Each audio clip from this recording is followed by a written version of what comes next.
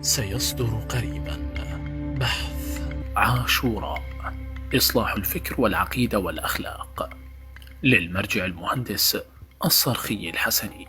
استدلالات تامة وبأدلة قطعية تكشف الشبهات والأكاذيب والأباطيل الكثيرة التي لا يمكن حصرها من طقوس القبور والجزع والخرافات والشعوذة وزيارة الأربعين والمسير وقصة رقية وغيرها من القصص المختلفة من خيالات وتدليس الفاحشة الشيرازي وأقرانه وأسلافه الأخبارية والشياطين المردة.